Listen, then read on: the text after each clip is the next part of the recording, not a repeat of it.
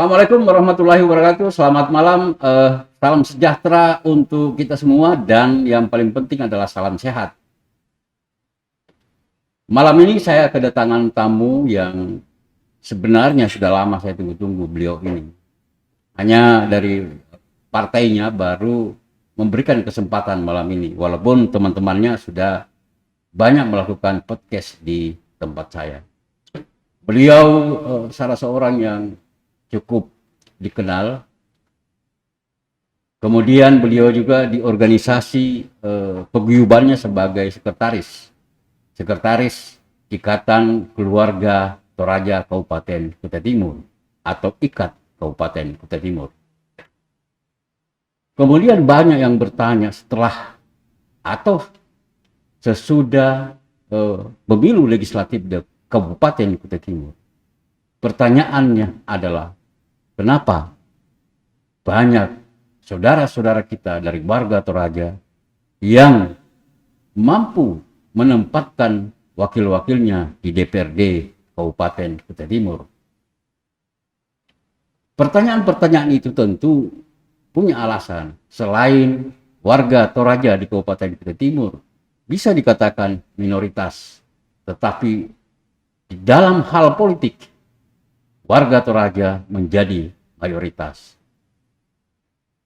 Saya menjawab kepada mereka yang bertanya kepada saya bahwa salah satu keunggulan daripada warga Toraja adalah di Kabupaten Kutai Timur, khususnya di Dapil 1, mereka hidup dalam komunitas yang sama. Katakanlah di desa Suargabara, di sana kita kenal ada namanya Kampung Tator. Kemudian di desa Singgagembara, di situ pun ada yang namanya Kampung Tator. Jadi di kampung itu kita seakan-akan seperti di Toraja. Bahkan bahasa sehari-hari juga menggunakan bahasa Toraja. Kedua, kemampuan politisi-politisi dari Toraja, khususnya di Kabupaten Kutai Timur, adalah mereka mampu menempatkan diri di partai-partai politik. Para tokoh yang akan bertarung melihat partai di mana tidak ada satu pun warga Toraja dalam satu dapil yang ikut berlaga di partai itu. Kemudian ini yang paling luar biasa, bahwa ada falsafah hidup orang Toraja, baik di kampung sendiri maupun di perantauan, bahwa falsafah hidup ini merupakan sebuah ikatan yang luar biasa. Apa falsafah hidup itu? Yaitu misak kada di Petuo, pantang kada di Pemate. Artinya adalah ketika kita bersatu, kita akan hidup bersama. Tetapi bila kita bercerai-berai, maka kita akan mati. Itu falsafah yang luar biasa, sehingga falsafah ini digiring masuk ke politik. Dan memang kita kenal bahwa suku Toraja adalah suku yang ada di Indonesia yang sifat kegotong royongannya luar biasa. Salah satu contoh pada pesta kematian, seluruh rumpun keluarga hadir dan bahkan memberikan sumbangan kepada nenek mereka atau saudara mereka yang meninggal dunia. Malam ini saya didatangi oleh Roni Lalo Dendang, sarjana teknik. Beliau adalah salah satu kandidat caleg dari Partai Demokrat. Selamat malam, Solah. Selamat malam, Pak. Panggil Om BP aja, ya supaya Selamat malam, Om BP. Iya.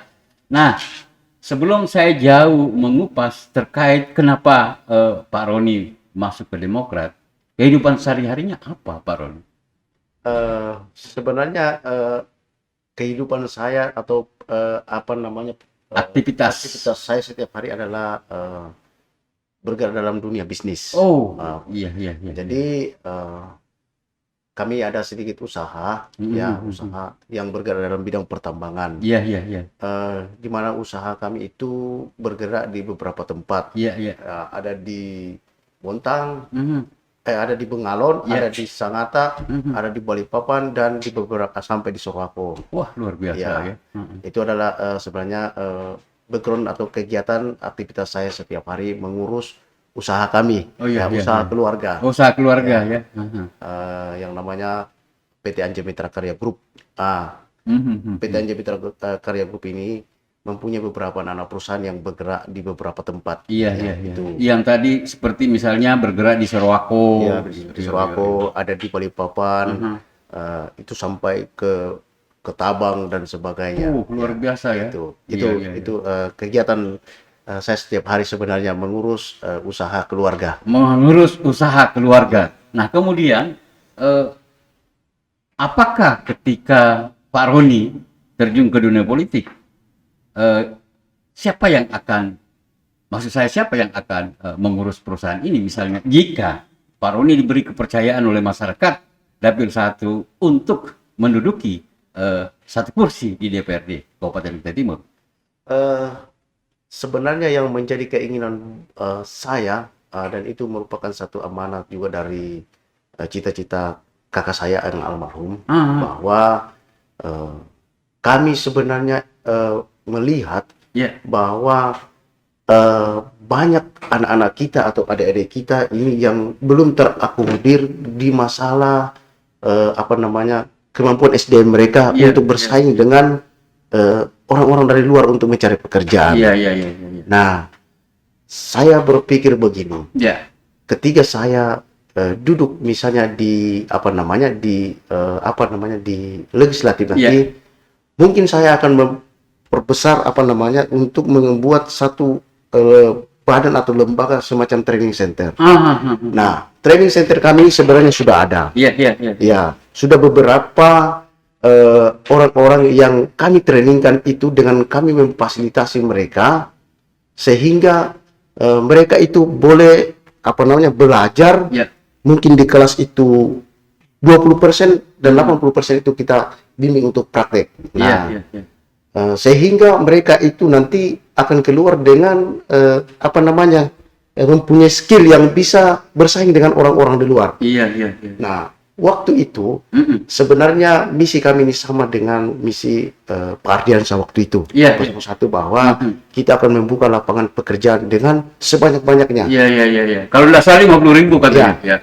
Nah, bagaimana mungkin kita mau memaksimalkan anak-anak kita sementara mereka itu tidak mempunyai kemampuan untuk bersaing dengan orang-orang dari luar. Betul. Nah, itu yang membuat saya tergerak hati saya bahwa andai kata saya terpilih menjadi salah satu anggota legislatif, saya akan mengembangkan usaha training center itu supaya itu bisa berjalan secara maksimal dan kemudian kita bisa memberdayakan anak-anak kita yang baru lulus sekolah untuk mengikuti program training itu sehingga mereka ke depan bisa bersaing dengan orang-orang luar dengan kita memberikan pelatihan-pelatihan secara maksimal. Nah, apakah di DPR itu nanti Pak Rudi akan mendorong secara politis agar training center ini terwujud? Ya, sebenarnya kami sudah menjalankan program itu dengan melakukan kerjasama dengan pihak pemerintah. Waktu itu kami sudah ada perjanjian MOU dengan Bapak Bupati tentang untuk pengembangan BLK yang ada di belakang rumah sakit itu. Waktu itu kami sudah menjalankan beberapa periode, tetapi itu tidak berlanjut karena satu dan lain hal. Nah, saya karena ini perusahaan yang kami kembangkan adalah perusahaan keluarga dan di dalamnya itu ada beberapa top manajemen termasuk salah satu saya, maka kami sepakat bahwa mungkin bagusnya untuk mengembangkan usaha mengembangkan program training center ini untuk anak-anak kita yang baru lulus dari sekolah. Bagusnya mungkin kita ada satu di pemerintahan untuk mengakomodir itu. Nah, itulah mungkin yang menjadi salah satu pemicu saya untuk tergerak untuk masuk di dunia politik dengan harapan bahwa program training center ini ke depan akan bisa kita jalankan dengan baik. Program training center yang akan dijalankan dengan baik yang kemudian nanti akan didorong secara politis oleh Pak Roni. Tetapi sebelum itu kita pertanyaan saya begini. Saya dengar Pak Roni juga sebagai salah satu pengurus di IKAT, seperti apa yang saya katakan tadi, Ikatan Masyarakat Toraja ya. Sebagai apa di IKAT? Saya di IKAT itu sebagai sekretaris umum Ikatan Keluarga Toraja. Iya. Dan ketua saya itu kan namanya Pak Peter Buyang. Oh, Pak Peter Buyang ya. Pak Peter Buyang ya. Nah, yang menariknya adalah kan ini seakan tiba-tiba kalau menurut pengamatan saya, seakan tiba-tiba Pak Roni Lalo ini memilih Partai Demokrat sebagai perahu politik agar supaya cita-cita seperti yang tadi Pak Roni maksud saya Pak Roni ingin lakukan itu bisa terwujud. Kenapa masuk di Partai Demokrat? Bukankah di Kutai Timur ini banyak partai-partai besar, Pak Roni? Sebenarnya saya sangat fans sekali sama salah satu sosok figur dari Kutai Timur, yaitu Irwan Peco. Oh, Pak Irwan ya, Pak Haji Irwan. Dan memang hal yang sangat kami banggakan sekali, khususnya kami dari warga Ikatan Keluarga Toraja. Saya mewakili atas nama pengurus. Waktu itu kami sementara pembangunan rumah adat, sekretariat IKAT yang sekarang sudah jadi waktu itu. Nah, perjalanan pembangunan sekretariat IKAT itu banyak sekali mengalami hambatan, kendala, khususnya kami di masalah masalah pendanaan. Waktu itu kami mengundang Pak Iwan Peco untuk datang di sana, dan mereka secara spontanitas memberikan sumbangan kepada kami warga IKAT 50 juta, dan menurut saya itu hal yang luar biasa. Dan atas nama pengurus dan seluruh warga IKAT waktu itu kami mengucapkan terima kasih kepada Bapak Irwan Peco, dan saya melihat bahwa beliau ini adalah memang sosok figur yang perlu dicontoh untuk anggota-anggota DPR yang lain yang boleh berbagi kepada masyarakat. Itu kira-kira gitu, Pak. Oh, yang menginspirasi Pak Roni masuk ke Demokrat itu karena figur Pak Irwan. Siap. Kalau Haji Irwan itu sedikit banyak lah saya tahu beliau itu lama bergaul dengan Haji Irwan itu. Banyak hal-hal yang luar biasa dari beliau itu terkait dengan, saya selalu sebut, kesalehan sosial. Dia tidak pernah ya. Seakan-akan dia tidak merasa bisa tidur kalau ada orang-orang di sekitarnya yang masih sengsara. Nah, itu luar biasanya Haji Irwan, Ketua DPD Partai Demokrat Kalimantan Timur itu. Nah, kemudian Pak Roni, di kalangan Toraja kan banyak yang maju. Iya kan? Ada incumbent. Ya, kita tahulah petarung-petarung di Toraja itu.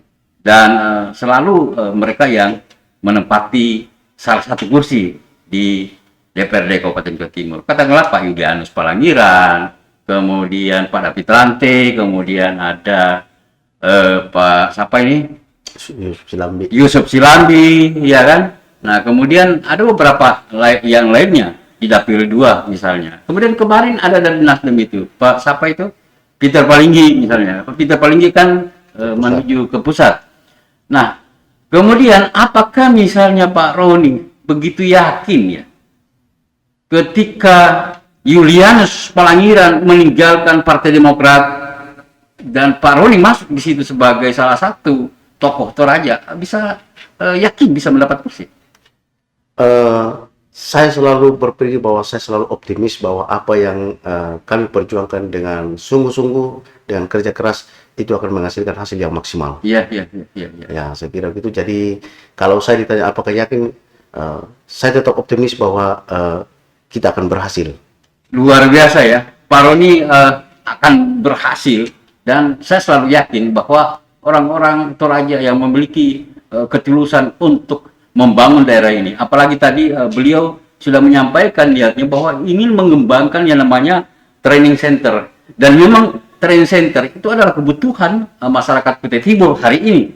Kenapa saya katakan kebutuhan? Karena daerah ini daerah pertambangan, dan banyak perusahaan-perusahaan tambang yang beroperasi di daerah ini. Selain perusahaan tambang juga ada perusahaan perkebunan. Semuanya itu membutuhkan tenaga kerja yang memiliki skill Saya setuju bahwa kita tidak mungkin mendorong anak-anak kita di Kutai Timur ini untuk kerja di tambang kalau non skill. Siap. Nah, kemudian Pak Roni, ada berapa keluarga, Pak? Maksudnya anak ada berapa? Oh, anak saya ada 3, Pak. Oh, ada 3 ya. Iya. Yang tua? Yang tua baru lulus SMA dan akan melanjutkan untuk ke perguruan tinggi. Oh. Yang kedua itu baru tamat dari SMP. Yang ketiga naik kelas 4. Ya, ya. Kenapa ini? Saya barusan tanya kepada caleg ini. Kenapa saya tanyakan ke Pak Roni ini? Karena saya itu persis bahwa kekeluargaan di Toraja itu luar biasa, Pak. Iya kan? Anakmu, anakku juga. Siap. Saudaramu, saudaraku juga. Itu yang saya lihat cerminan bagaimana egaliternya masyarakat Toraja dimanapun juga sebenarnya selalu menempatkan diri di bawah, padahal sesungguhnya kawan-kawan atau saudara-saudara kita di masyarakat Toraja ini memiliki kapabilitas yang luar biasa, termasuk Pak Roni yang tadi disebutkan bahwa ada beberapa perusahaan yang sementara bergerak bukan hanya di Kutai Timur tetapi di luar Kabupaten Kutai Timur. Nah, kembali ke Partai Demokrat. Tadi Pak Roni optimis bahwa bisa mendapat 1 kursi di Dapil 1 mewakili Partai Demokrat dari suku Toraja. Apakah kira-kira caleg-caleg lain di masyarakat Toraja ini mengetahui kalau Pak Roni masuk sebagai salah satu kandidat calon anggota DPRD? Iya, sebenarnya memang bergabungnya saya di Partai Demokrat untuk menjadi salah satu calon legislatif itu memang bisa dikatakan cukup dadakan, ya cukup dadakan. Tetapi bagi saya ini bukan hal yang terlambat. Ini bukan hal yang terlambat.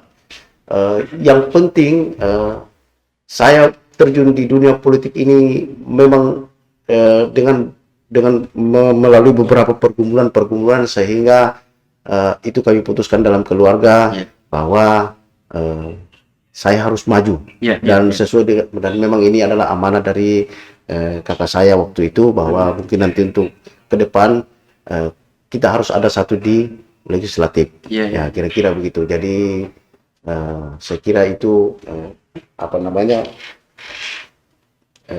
pemula sehingga saya bergabung di Partai Demokrat. Ya. Padahal sesungguhnya di politik itu tidak ada istilah pemula, tidak ada senior dan junior. Siap. Ya, di politik itu adalah bagaimana kita bisa awalnya berbuat baik sama masyarakat kita, akhirnya kita bisa ikut di satu partai politik untuk menjadi salah satu anggota DPRD di daerah atau katakanlah di Kabupaten Kutai Timur ini. Nah, kemudian tadi selalu dikatakan ini amanah dari kakak saya. Kakaknya siapa, Pak Roni? Kakak saya itu kan sudah almarhum atas nama Pak Kenex. Ya, itu kakak saya almarhum Pak Kenex. Dan memang selain Pak Kenex juga ada beberapa teman-teman dan ketua-ketua paguyuban juga yang memang mendorong saya, mendorong saya untuk waktunya saat ini Pak Roni untuk mencoba untuk maju. Dengan pertimbangan-pertimbangan itulah saya gumuli sehingga saya memutuskan bahwa oke, kita akan maju. Dan saya kebetulan waktu itu melihat bahwa mungkin Partai Demokrat inilah yang untuk menjadi perahu kita yang paling cocok. Di situ kebetulan saya sangat fans sekali sama figur dengan Iwan Peco. Nah, itu. Demokrat sebagai perahu yang cocok untuk Pak Roni karena di situ ada Haji Irwan. Ya, yang tadi sudah disinggung bahwa tanpa tendeng aling-aling ketika masyarakat Toraja membutuhkan dana dalam rangka membangun sekretariat Ikatan Keluarga Toraja di Kabupaten Kutai Timur, Haji Irwan langsung memberikan bantuan kepada masyarakat Toraja. Memang luar biasa. Kemudian Pak Roni, Pak Nes ya? Pak Kenex. Pak Kenex ya? Pak Kenex itu dulu aktivitasnya di mana, Pak Roni? Dia pebisnis, Pak. Oh. Iya. Jadi awal mulanya menjalankan usaha ini dirintis oleh beliau. Ya. Sementara usaha ini berjalan ya. Waktu itu dia terkena COVID. Sehingga dia harus meninggalkan kita semua. Dan ya kami adik-adiknya ini tentunya punya tanggung jawab besar untuk meneruskan usaha ini. Bagaimana usaha ini bisa tetap eksis dan semakin berkembang dan semakin berkembang. Nah itu yang namanya Pak. Ya, kenapa saya sebut saya kembali bertanya kepada Pak Roni terkait dengan siapa yang memberikan amanah itu. Tentu tadi sudah disebut Pak Kenes. Nah, Pak Kenes ini tentu kan juga tokoh yang salah satu tokoh masyarakat Toraja yang ada di Kabupaten Kutai Timur. Nah, semua itu tentu rekam jejak beliau akan banyak memberi pengaruh kepada warga Toraja, khususnya di Kampung Tator, baik di Swarga Bara maupun di desa Singa Gembara, untuk agar supaya nanti kemudian mereka pilihannya ke Pak Roni. Nah, kemudian Pak Roni di Sangatta ini kan Pak Roni katakan tadi ada perusahaan juga yang bergerak di pertambangan. Apakah dia subkon atau gimana Pak Roni? Iya, jadi usaha kami di sini subkon Pak, subkonnya KPC, ada yang subkonnya PAMA, ya itu. Jadi kita bergerak di bawah under PAMA dan KPC. Ya. Nah itu subkon tenaga kerja atau memang langsung bekerja di dalam? Langsung Pak, langsung ya. Kami punya alat di dalam untuk bekerja dalam. Ada alat kami di dalam. Nah biasanya kan perusahaan-perusahaan yang bekerja sama dengan KPC itu bukan juga perusahaan kaleng-kaleng. Artinya kredibilitas perusahaan itu pasti sudah ketahuan. Kemudian orang-orang yang atau manajemen di dalam perusahaan itu pasti sudah ditahu juga rekam jejaknya, bagaimana kinerjanya. Nah mudah-mudahan Pak Roni juga ke depan bisa dinilai oleh masyarakat kita, bukan hanya masyarakat Toraja, akan tetapi semua masyarakat yang ada di Dapil 1 ini, bahwa memang Pak Roni bukan main-main di dalam politik. Seperti bagaimana Pak Roni menjalankan amanah Kakanda yang telah mendahului kita karena COVID, ya kan? Dan saya pikir usaha yang Pak Roni jalankan itu kan sekarang baik-baik saja. Artinya Pak Roni mampu menangani perusahaan ini. Nah, kemudian juga tadi ada amanah dari Kakanda yang telah meninggalkan kita, bahwa sebaiknya ada dari keluarga kita yang terjun ke dunia politik. Dan itulah yang membuat Pak Roni tadi berpikir, akhirnya mendiskusikan kepada keluarga dan tekad bulat masuk ke dunia politik. Ya, betul Pak. Luar biasa ya. Sebenarnya masih banyak yang ingin saya tanyakan ke Pak Roni sebenarnya. Akan tetapi mungkin nanti kalau sudah ada nomor urutnya, ya kan, saya minta dari bukan Pak Roni yang tampil, tetapi tim suksesnya Pak Roni, misalnya ketua tim suksesnya, saya akan tanya-tanya bagaimana sebenarnya Pak Roni sesungguhnya. Karena kan kalau Pak Roni yang menyebutkan dirinya, pasti ada unsur subjektif. Tapi kalau orang-orang yang mendukung Pak Roni, kenapa mendukung Pak Roni? Pasti ada alasan tersendiri dari mereka. Nah, kemudian statement terakhir dari Pak Roni terkait dengan niat Pak Roni untuk ikut berlaga di Dapil 1 melalui Partai Demokrat. Oke, terima kasih. Mungkin statement saya bahwa dengan bergabungnya saya di Partai Demokrat ini, saya mempunyai harapan yang besar bahwa saya akan selain berpolitik di dalam Partai Demokrat ini, saya juga